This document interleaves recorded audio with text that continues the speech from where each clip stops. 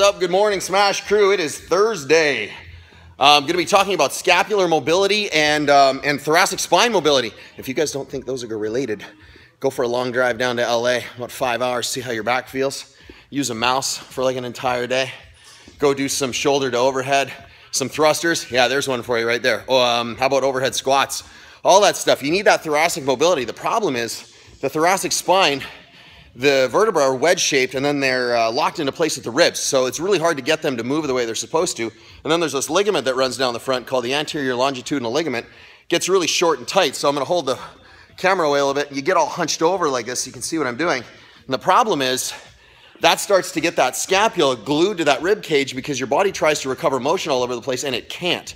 And remember what I said, the scapula is the shoulder and the shoulder is the scapula. So we're going to free up the entire thing.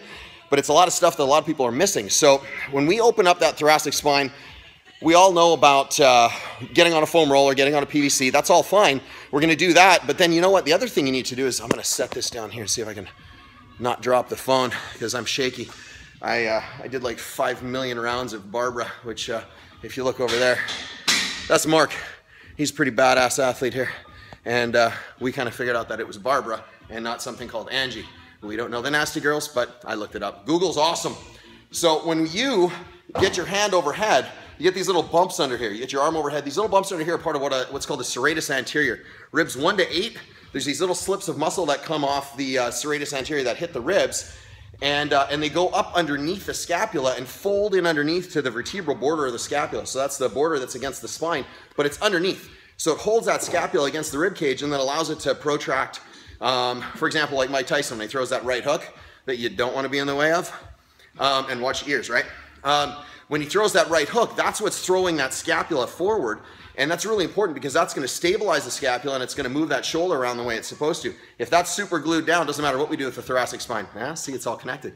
And then the bicep, so you have the short head of the bicep tendon that goes to that coracoid, which is that hook of bone that comes off the scapula. So it's going to wind up dragging that shoulder forward and rounding out your shoulders even more. So now imagine, we see Quasimodo walking around. He's about 80, 85 years old, and he's like this. Well, when he was 18, he didn't think he'd look like that because he had mobility, and all you 18-year-olds, you guys think you're invincible. Well, you might be kind of right now, but listen, trust me, mobilize. All right, so here's what we're going to do. I'm going to take the foam roller, show you how to peel this away, but there's a little trick to it most people are missing. So you're going to grab the foam roller. You're going to do two things. You're going to find a hot spot. So roll around until you find a spot where you're kind of like, it almost feels like it's catching your breath. Sucks the life out of your lungs briefly. Make sure your butt is on the floor. So you can start this way. What I want you to do is be able to get your head all the way back and then just let your butt sink. So you're going to find that spot where you can fulcrum like a teeter-totter right over that. So that's number one. It's hard to talk like this because it's dragging my trachea out about an extra 4 inches. And then you're going to take your arms. This is what everybody's missing. Take your arms in line with the foam roller and let them touch on the floor like this. So just hang out. How long do we camp out here like this? 2 minutes. The other thing you want to do is now you want to saw away on that tissue. So give yourself a big hug because we love ourselves. And then just find that spot and just grind away. Man, I would love to have the music cranked up right now, by the way, because I got all the good songs on, but I can't. YouTube says no. And you're just going to grind away on that thoracic spine. Trust me, this gets the scapula out of the way and it hits that subscapularis, the rhomboids, all that stuff in the back that gets really stuck. Okay, that's homework number 1 and 2. Now I'm going to hit that serratus anterior. And this, I'm going to apologize in advance because this is going to be just diabolical. So the serratus anterior, remember, is up under here. You want to take a band. I got this anchored on the bottom of the rig, and you want to just cinch it up real tight. It doesn't matter where you grab it, as long as you just have it nice, good grip, and it's dragging your arm out. And then you're going to find that hot spot. So this is going to hit the teres, the lat, all that stuff. You don't want to do that. You can, but that's not what we're doing today. I want you to roll forward until you find that spot where all those little bumps are, and then just like a saw blade, just find that and just peel that right off the rib cage.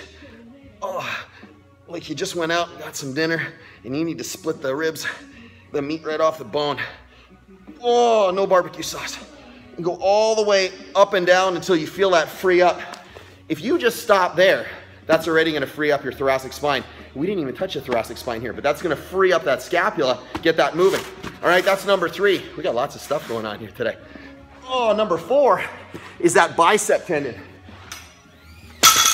So you can see what I've got here. Oh, getting situated. Get this out of the way. What you wanna do is you wanna grab this. This is the heavy end of the barbell, right? So we're gonna take this, make it so it's parallel to the body. This is where you're gonna trap the entire bicep. Now, normally I have you go up in this little crook of the arm right here where it makes that little dent. You guys with these big giant golf ball or grapefruit arms. So you're gonna have a big giant spot right here. I want you to do the entire belly of the bicep. It's a little different. All right, so you're gonna pick this up, get this on the bicep, take your leg. If you can see it, I'm a little close to the camera, but trust me, here, I'll move up a little bit. And by the way, moving around with the barbell on your bicep sucks. You're gonna take the leg, drop it onto the barbell. This will give you a little weight. Listen, you wanna get real gnarly. No, I'm not doing that. Drop 2 over. And all you're gonna do is you're gonna take your hand, you're gonna backhand yourself, and go away. So you're basically pronating and supinating, but you're gonna do that all the way down the belly of the bicep, ungluing the long head and the short head, and separating all that tissue, restoring all the sliding surfaces so that the bicep unloads off that coracoid and it allows that scapula to slide back the way it's supposed to. Hey, that's how you open up the thoracic spine. That's how you get your shoulders working the way they're supposed to. That's how you restore scapulohumeral rhythm. Say that 3 times today real fast and then send me a video of you saying it. Hey, I'm Trev, SmashweRx. Have an awesome day. I'll see you guys tomorrow.